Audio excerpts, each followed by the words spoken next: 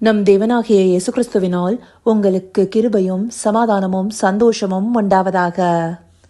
துதியின் உடை நமக்கு கொடுக்கிற பலனை குறித்து இன்றைக்கு பார்க்க போறோம். அதற்குரிய வேத பகுதி சங்கீதம் 149 அதிகாரம் வசனம் 8. Psalms chapter 149 verse 8. அவர்கள் வாயில் கர்த்தரை உயர்த்தும் துதியும் அவர்கள் கையில் இருபுறமும் கருக்குள்ள பட்டயமும் இருக்கும். இந்த வசனத்துல அவர்கள்னு சொல்லப்பட்டிருக்கிறது யார? தேவனுடைய ஜனத்தையே. இந்த அதிகாரத்துடைய துவக்க பகுதியை பார்க்கும்போது அது நமக்கு புரியும். அப்படியாக தேவனால தெரிந்து கொள்ளப்பட்டு தங்களை பரிசுத்தப்படுத்தி கொண்டவர்களுடைய சபையில துதி விளங்குவதாக இருக்கும்னு சொல்லப்பட்டிருக்கு. அந்தபடியா தேவ ஜனமாக தங்களை பரிசுத்தப்படுத்தி கொண்டவர்களுடைய வாயில கர்த்தரை உயர்த்தும் துதி இருக்கும். நம்ம எல்லாருமே துதிக்கிறோம். ஆனா அந்த துதி நம்முடைய வாயிலிருந்து எழும்புதா இல்ல நம்முடைய இருதயத்தின் ஆழத்திலிருந்து வருதா? நிறைய நேரங்கள்ல நம்ம வாயளவுல தேவனை துதிக்கிறவர்களாக மாறுகிறோம். அது எப்படின்னா, நிறைய நேரங்கள்ல துதிக்கும் போது நம்முடைய சிந்தை வேற பக்கம் திசை திருப்பப்பட்டிருக்கு. அப்படி நம்ம முழு இருதயத்தோடு துதிக்காம நம்ம உதட்டளவுலையும் வாயளவுலையும் துதிக்கிறவர்களாக இருப்போம். அப்படியாக எடுக்கப்படுகிற துதி தேவனை உயர்த்துகிற விதமா இருக்குமா? நிச்சயமா இல்ல. அதை அறிந்ததுனால்தான் நம்முடைய சிந்தையில ஏதாவது ஒரு நினைவை பிசாசு விதைத்து கொண்டே இருக்கிறான். அந்தப்படியான கவனச்சிதறலுக்குள்ளார நாம போகாம தேவனை துதிக்கும் போது முழு இருதயத்தோடும் செம்மையான இருதயத்தோடும் நம்ம இடத்துல ஏதாவது குறைவுகள் இருந்தா அதை அறிக்கை செய்து அவரிடத்துல நம்மை ஒப்பு கொடுத்து அவரை உயர்த்துகிற துதியை ஏறெடுக்கிறவர்களாக இருக்கணும். அந்தப்படியான துதி நம்முடைய வாயிலிருந்து எழும்ப கூடாதுன்னு பிசாசு எல்லா கிரியையும் நடப்பிப்பான்.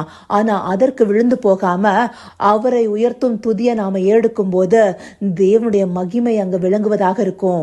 ஏன்னா அந்த துதியில தேவ மகிமை நிரம்புது. அப்போ தேவ பிரசனத்தை நாம உணர ஆரம்பிப்போம். அப்படி இருக்கும்போது தேவன் தாமே நம்மை பலப்படுத்துவாரு. அதை தடுப்பதற்காகவே பிசாசு அதிக முயற்சிகளை செய்வான். இப்படியாக கர்த்தரை உயர்த்தும் துதி நம்முடைய வாயில் இருக்கும் போது நம்முடைய கைகள்ல என்ன இருக்குங்கிறதா இந்த வசனத்துல மேற்படியா சொல்லப்பட்டிருக்கு. அவர்கள் கையில் இருபுறமும் கருக்குள்ள பட்டயமும் இருக்கும். இந்த வசனத்துல இருபுறமும் கருக்குள்ள பட்டயம்னு கொடுக்கப்பட்டிருக்கிறது நம்முடைய வேதாகமத்துல எதை குறிக்கிறதாக இருக்கு? தேவனுடைய வார்த்தையும் தேவனுடைய வார்த்தையானவரையும் குறிக்கிறதாக இருக்கு. எபிரேயர் 4 அதிகாரம் 12 வசனம் தேவனுடைய வார்த்தையே இருபுறமும் கருக்குள்ள பட்டயமாக நம்முடைய இருதயத்தின் நினைவுகளையும் யோசனைகளையும் வகையறுக்கிறதாக இருக்குன்னு சொல்லப்பட்டிருக்கு. அந்தபடியா நம்மை சீர்படுத்தக்கூடிய பட்டயமாக அது நம்முடைய கைகள்ல இருக்கும். அது மாத்திரம் இல்லாம வெளிப்படுத்தின விசேஷம் 1 அதிகாரம் 16 வசனத்துல ஆண்டவராகிய இயேசு கிறிஸ்து தாமே மகிமையில வெளிப்படும் போது அவருடைய வாயிலிருந்து இருபுறமும் கருக்குள்ள பட்டயம் புறப்பட்டதுன்னு சொல்லப்பட்டிருக்கும் இல்லையா? அதே போல வெளிப்படுத்தின விசேஷம் 2 அதிகாரம் 12 வசனத்திலையும் இருபுறமும் கருக்குள்ள பட்டயத்தை உடையவர் சொல்லுகிறதாவதுன்னு கிறிஸ்துவை பற்றி விவரிக்கக்கூடிய வார்த்தைகளும் சொல்லும். இந்தபடியாக இருபுறமும் கருக்குள்ள பட்டயமானது ஆண்டவரிடத்திலிருந்து மகிமையாக வெளிப்படுது. அது எல்லாரையும் நியாயம் தீர்க்கிறதாகவும் இருக்கு. இப்படியான பட்டயத்தை நாம் உடையவர்களாக இருப்போம் எப்போ? அவரை உயர்த்தும் துதி வாயில் இருக்கும் போது. இப்படிப்பட்ட பட்டயம் நம்முடைய கைகள் இருக்கும் போது அது நம்மை சீர்படுத்தி பிசாசுக்கு எதிர்த்து நிற்க திராணியை தருகிறதாக இருக்கும். ஏன்னா பிசாசினிடத்துலயும் ஒரு பட்டயம் இருக்கு. நீதிமொழிகள் 5 அதிகாரம் 4 வசனத்துல பரஸ்திரியை பற்றி சொல்லப்பட்ட வார்த்தைகள்ல அவள் செய்கையின் முடிவோ எட்டியை போல கசப்பும் இருபுறமும் கருக்குள்ள பட்டயம் போல் கூர்மையா இருக்கும்னு சொல்லப்பட்டிருக்கு. இங்க சொல்லப்பட்டிருக்க இருபுறமும் கருக்குள்ள பட்டயமானது நாசம் செய்கிறத குறிக்கிறதாக இருக்கு. இது பிசாசின் பட்டயமா இருக்கு. இந்த பட்டயத்தை வீழ்த்தக்கூடிய வல்லமை துதி எழுப்பவர்களுடைய கைகள் இருக்கிற பட்டயத்துக்கு இருக்கும். அப்படியாக நம்மை பாதுகாக்கவும் பிசாசின் தந்திரங்களை அழிக்கவும் நம்முடைய கைகள் இருக்கிற பட்டயம் உதவி செய்யும். இந்தப்படியான பலத்தை கொடுக்கிற பட்டயத்தை உடையவர்களாக நாம இருக்கிறதுக்கு தேவனை உயர்த்தும் துதிய வாயில் உடையவர்களாக இருக்கணும். அப்படியான இவே பரிசுத்தவான்களுக்கு கொடுக்கப்பட்டிருக்குங்கிறத இந்த அதிகாரத்துடைய கடைசி வசனம் சொல்லுது. இந்த கணம் அவருடைய பரிசுத்தவான்கள் யாவருக்கும் உண்டாகும்.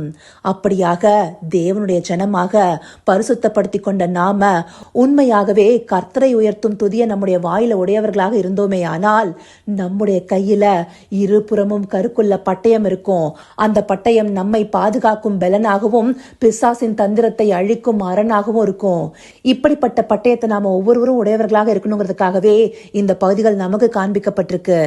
இதை அறிந்து கொண்டு கர்த்தரை உயர்த்தும் துதியை உடையவர்களாக இருபுறமும் கருக்குள்ள பட்டயத்தை பெற்றுக்கொள்ள அவரை நோக்கி பார்ப்போமா? கர்த்தாவே, தேவாதி தேவனே, உமக்கே இந்த வேளையில நன்றி செலுத்துகிறோம் ராஜா.